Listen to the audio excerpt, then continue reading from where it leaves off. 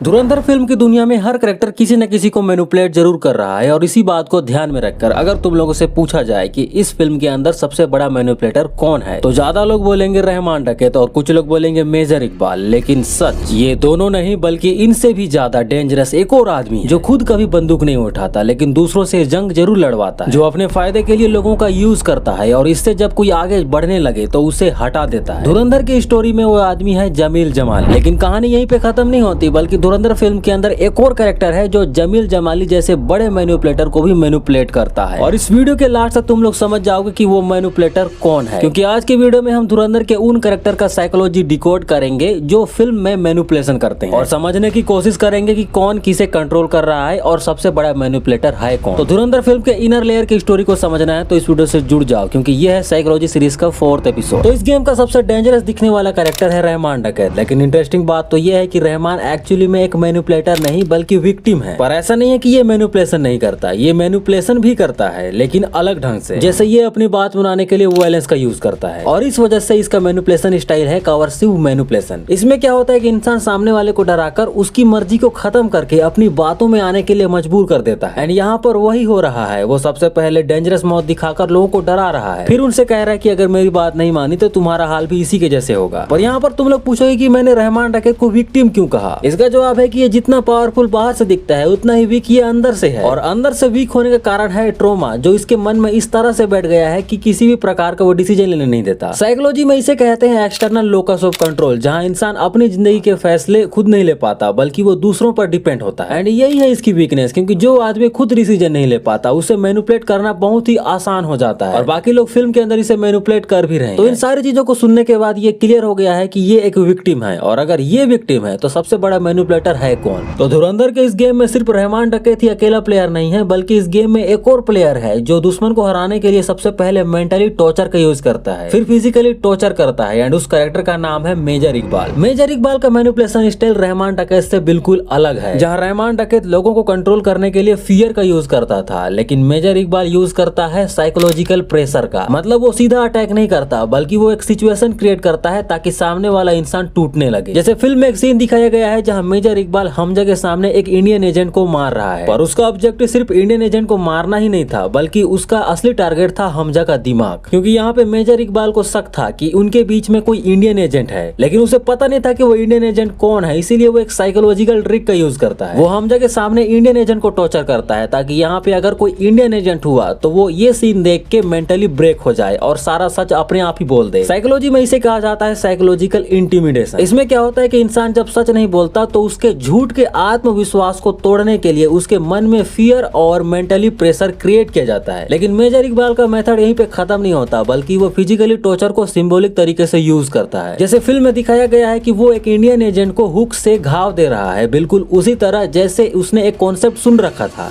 Bleed India with 1000 cut. मतलब दुश्मन को एक ही अटैक में नहीं बल्कि धीरे धीरे छोटे छोटे घाव देकर उसे कमजोर करना। और मेजर इकबाल का कैरेक्टर इसी आइडियोलॉजी को टॉर्चर में कन्वर्ट करता है। एंड वो टॉर्चर भी वही करता है जो उसके दिमाग में एक कॉन्सेप्ट के रूप में बैठ चुका है। एंड इसीलिए मेजर इकबाल का कैरेक्टर सिर्फ वायलेंट ही नहीं बल्कि एक ऐसा इंटेरोगेटर है जो साइकोलॉजिकल फियर और सिंबॉलिक टॉर्चर दोनों का यूज करता है। और अगर ऐसा है तो क्या सबसे बड़ा मैनिपुलेटर यही है? नहीं, क्योंकि धुरंधर के इस गेम में एक और ऐसा कैरेक्टर है जो ना तो बंदूक उठाता है और ना ही टॉर्चर करता है, फिर भी वो पूरे सिस्टम को मैनिपुलेट कर लेता है। एंड वो कैरेक्टर है जमील जमाली। तो जमील जमाली धुरंधर का सबसे इंटरेस्टिंग मैनिपुलेटर है, क्योंकि उसका वेपन ना तो फियर है और ना ही टॉर्चर, बल्कि इसका असली वेपन है लोगों का इस्तेमाल करना। बट अब तुम लोग पूछोगे कि ये लोगों का इस्तेमाल कौन से सीन में कर रहा था, क्योंकि ये तो बस आता है, मजाक करता है और चला जाता है बस। अगर तुम लोग भी ऐसा सोचते हो तो तुम बिल्कुल गलत हो, क्योंकि जब तुम इसके बैक स्टोरी में जाओगे तो तुम्हें पता चलेगा कि इसने सबसे पहले रहमान का यूज किया पीएपी का मिनिस्टर बनने के लिए। यहाँ पर तुम लोग फिर मुझसे पूछोगे कि जमील जमाली कौन से सीन में रहमान डकैत का यूज करता है, तो इसका आंसर है ये सीन।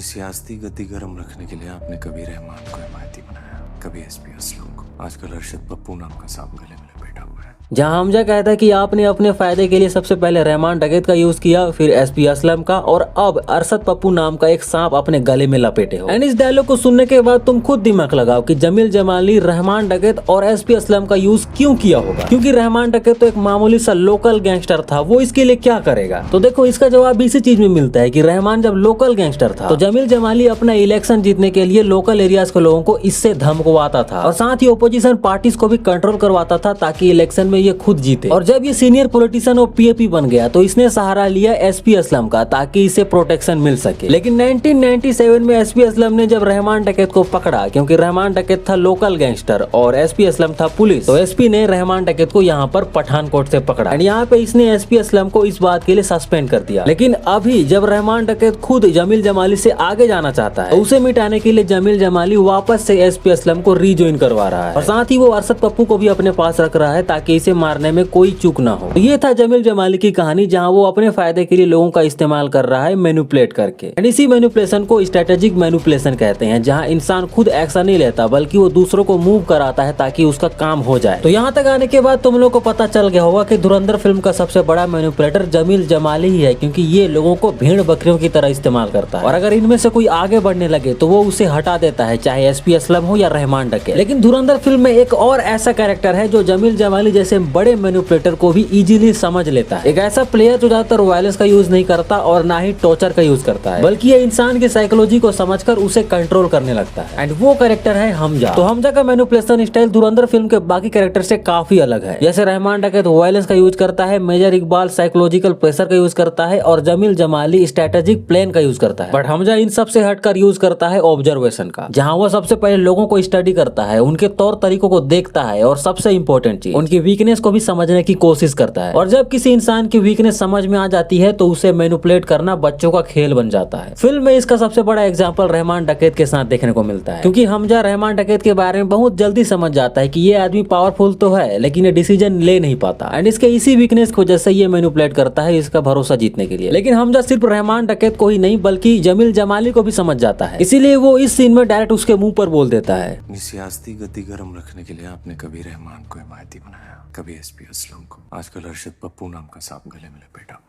एंड ये सुनने के बाद धुरंधर का सबसे बड़ा मैनिपुलेटर चुप हो जाता है और इसकी बात को मान लेता है। तो वीडियो के सारी चीजों को ध्यान से सुनने के बाद तुम्हें पता चल गया होगा कि धुरंधर फिल्म में हर कैरेक्टर किसी न किसी को मैनिपुलेट जरूर कर रहा है। जैसे रहमान डकैत वायलेंस का यूज कर रहा है, मेजर इकबाल साइकोलॉजिकल प्रेशर का यूज कर रहा है और जमील जमाली स्ट्रेटेजिक प्लान का यूज कर रहा है। एंड इसी वजह से धुरंधर फिल्म का सबसे बड़ा मैनिपुलेटर पहली नजर में जमील जमाली ही लगता है, क्योंकि वो एक नहीं दो नहीं बल्कि सारे लोगों को अपने फायदे के लिए इस्तेमाल कर रहा है। और जब इनमें से कोई जमील जमाली से आगे जाने लगते हैं तो वो उसे मिटा देता है। इसीलिए पहली नजर में लगता है कि धुरंधर का सबसे बड़ा मैनिपुलेटर जमील जमाली ही है। लेकिन अगर ध्यान से देखा जाए तो धुरंधर फिल्म में एक और कैरेक्टर है जो रहमान डकैत के वीकनेस को इजीली समझ जाता है और जमील जमाली के स्ट्रेटेजी को भी इजीली समझ जाता है। इसीलिए धुरंधर फिल्म का सबसे बड़ा मैनिपुलेटर ना तो रहमान डकैत है और ना ही जमील जमाली है, बल्कि इस फिल्म का सबसे बड़ा मैनिपुलेटर है हमजा। लेकिन हमजा भी मेजर इकबाल से एक सेकंड के लिए डर गया था, तो तुम्हारा क्या ख्याल है?